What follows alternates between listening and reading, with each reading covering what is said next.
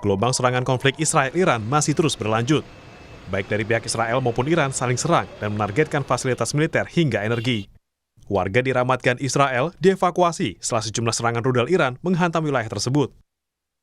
Kerusakan gedung dan sejumlah fasilitas publik pun terlihat di beberapa titik di kota tersebut. Sementara itu, rekaman yang diambil pada hari Rabu menunjukkan gumpalan asap mengepul di atas markas besar bulan sabit merah Iran menyusul serangan udara Israel. Israel juga menyebut ada 50 jet tempur yang dikerahkan dalam operasi berbasis intelijen terhadap target militer Iran di Teheran. Pemerintah Indonesia menaikkan status siaga ke level 1, menyusul makin intensnya eskalasi konflik antara Iran dan Israel. Menteri Luar Negeri Sugiono telah menginstruksikan kedutaan besar setempat melakukan asesmen untuk evakuasi warga negara Indonesia. Level kesiagaan di kedutaan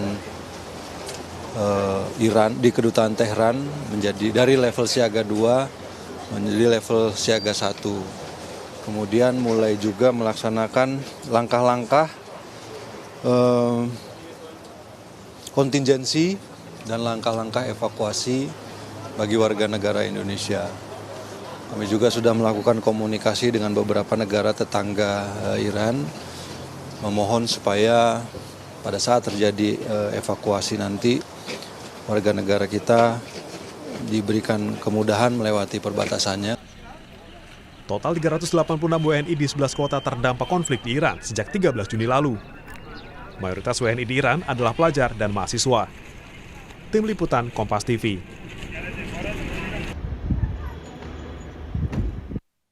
Untuk membahas langkah pemerintah mengevakuasi warga negara Indonesia di Iran, sudah bergabung bersama Jurnal Merah Putih, mantan wartawan Istana Harian Kompas, Suhartono. Mas Har, selamat sore. Evakuasi warga negara Indonesia di Iran sedang berlangsung di tengah perang Iran-Israel.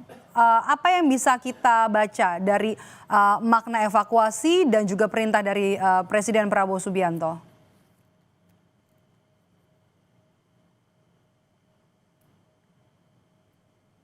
Suaranya hilang ya?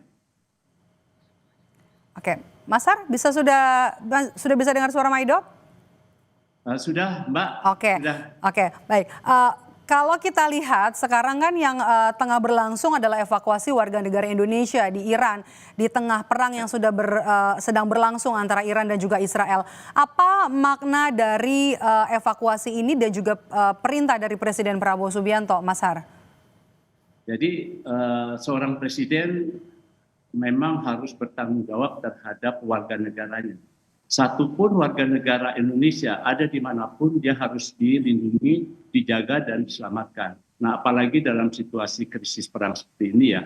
Jadi meskipun di tengah kunjungan kenegaraannya, Presiden Prabowo begitu memperhatikan keselamatan warga negara Indonesia. Jadi beliau sudah memerintahkan untuk segera memulangkan 380 warga negara Indonesia, terutama mahasiswa dan pelajar yang tengah mengikuti pendidikan di Iran untuk dipulangkan ke Indonesia. Jalurnya yang sedang disiapkan adalah jalur darat, karena jalur udara tidak mungkin ditempuh karena masih gencarnya serangan dari Israel maupun serangan balik dari Iran. Nah, ini menunjukkan bahwa penyelamatan satu orang ini adalah utama dari presiden untuk menyelamatkan jiwa. Itu satu. Maknanya menyelamatkan jiwa warga negara Indonesia. Kedua, keselamatannya juga harus dijaga. Dan ketiga adalah mengurangi risiko yang ada pada warga negara Indonesia bila mana tetap berada di wilayah perang tersebut. Jadi mereka harus diselamatkan. Jadi seperti itu, Mbak. Jadi memang intinya di balik evakuasi ini adalah memindahkan dulu untuk sementara atau mungkin permanen supaya mengurangi resiko-resiko dari krisis yang terjadi, terutama kematian. Dan Menlu juga kemarin kan sudah ada statementnya ya ketika di Rusia untuk evakuasi yang paling dekat adalah ke negara-negara yang ada di sekitar Iran yang lebih aman ya. Oke, kalau melihat dari track record sejarah selama meliput di istana juga meliput kegiatan agenda presiden, siapa-siapa saja, presiden mana saja yang pernah menyelamatkan warga negara Indonesia dari perang dan juga wabah di negara asing, Mas Har? Ya, itu ada sejarahnya ya, tapi mungkin saya jelaskan dulu. Pada tanggal 31 Januari 2011 di era Presiden Susilo Bambang Yudhoyono, saya itu bersama 4 atau 5 wartawan mendapat tugas untuk meliput pemulangan, evakuasi ratusan pelajar dan mahasiswa Indonesia yang berada di Mesir. Mesir pada waktu itu terjadi krisis politik ya, yang menyebabkan kerawanan terhadap warga negara Indonesia di sana, sehingga Presiden SBY meminta dievakuasi ratusan warga negara Indonesia itu, yang dipimpin pada waktu itu saya ingat adalah oleh Pak Hasan Wirayuda, dan komandan Pas Pampresnya waktu itu ditunjuk adalah Wadan Pas Pampres, yaitu Pak Alvan Gafar dari Marinir. Saya ingat saya TVRI dan juga ada beberapa media lain ikut terlibat. Tapi kami ketika tiba di sana dini hari, ketika kami mau turun, kami dicegah oleh otoritas di Bandara Mesir. Kami semua tidak boleh turun.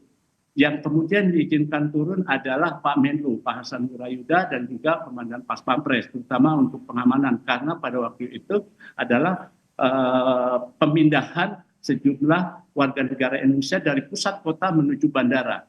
Nah, kita menunggu hampir 1 harian, menjelang malam, sekitar mungkin jam 8, jam 9 malam. Jadi kami 1 hari itu ada di pesawat, tidak boleh keluar. Kami akhirnya ada kabar bahwa ratusan warga negara Indonesia boleh dipulangkan dan mereka memasuki pesawat Garuda. Waktu itu pesawat Garudanya yang semula kosong, hanya kami isinya, tiba-tiba menjadi penuh karena ratusan mahasiswa, baik pelajar maupun mahasiswa masuk. Nah, saya ingat salah satu mahasiswa yang kemudian ngobrol dengan saya adalah Suhairi Misrawi yang sekarang menjadi duta besar Tunisia. Sekarang ada di sana. Nah, itulah salah satu mahasiswa Indonesia yang ada di Mesir. Dan dia yang menjadi salah satu mahasiswa yang dipulangkan. Nah, kalau melihat sejarahnya, dulu Presiden Bung Karno juga ketika melakukan operasi bermusuhan dengan Malaysia, waktu itu namanya Ganya Malaysia, karena juga memindahkan sejumlah warga negara Indonesia yang berada di Malaysia. Kemudian di eranya Pak Harto juga berkunjung langsung pada tahun 1995 ke Bosnia. Waktu itu terjadi krisis politik di sana. Pak Harto datang melihat langsung dan memindahkan sejumlah warga negara Indonesia serta memberi kepastian bahwa warga negara Indonesia yang ada di Bosnia itu cukup aman. Jadi Pak Harto begitu. Nah, kemudian di eranya setelah Pak Harto, Pak Habibie tidak ada, Bu Mega, Pak Gus Dur tidak ada, ya kemudian muncul di eranya Pak Jokowi. Tadi Pak SBY saya ceritakan di Mesir. Nah, Pak Jokowi ini juga ada evakuasi warga negara tahun 2020 ketika pandemi COVID-19 muncul. Ya, waktu itu dari Wuhan, Cina, dan juga diantaranya dari Jepang. Diminta untuk kembali ya ke Indonesia. Presiden Jokowi menyiapkan kapal khusus untuk memulangkan warga negara Indonesia pasca pandemi COVID di Cina maupun di Jepang. Oke, Mas Har, kalau misalnya kita bandingkan ya WNI evakuasi warga negara Indonesia yang terdahulu di zaman beberapa presiden terdahulu, kalau dibandingkan dengan sekarang ini kondisi perang yang tengah berlangsung antara Iran dan juga Israel, seberapa genting evakuasi warga negara Indonesia di Iran saat ini? Kalau menurut saya, sekarang kan yang terjadi di Iran itu kan perang ya. Nah, itu juga waktu terjadi pandemi COVID di Cina dan Jepang. Demikian juga ketika krisis politik di di Mesir. Demikian juga ketika Bung Karno melakukan operasi pengganyangan terhadap Malaysia dan memulangkan. Begitu juga Pak Harto. Jadi sebetulnya baik perang maupun bencana, wabah itu sama gentingnya. Karena Presiden harus melindungi satupun warga negara Indonesia yang ada di luar negeri. Dia tidak boleh terjadi apa-apa. Sehingga meskipun sekarang ada perang ataupun ada wabah bencana, kewajiban pemerintah untuk melindungi. Nah, bagaimana untuk menghilangkan krisis itu? Yaitu melakukan evakuasi ke negeri yang aman sementara atau permanen. Kira-kira itu, Pak. Baik, terima kasih atas cerita dan juga obrolannya. Setelah bergabung bersama kami di Jurnal Merah Putih, mantan wartawan Istana Harian Kompas, Mas Suhartono. Sehat selalu, Mas Har. Terima kasih Mbak Maido.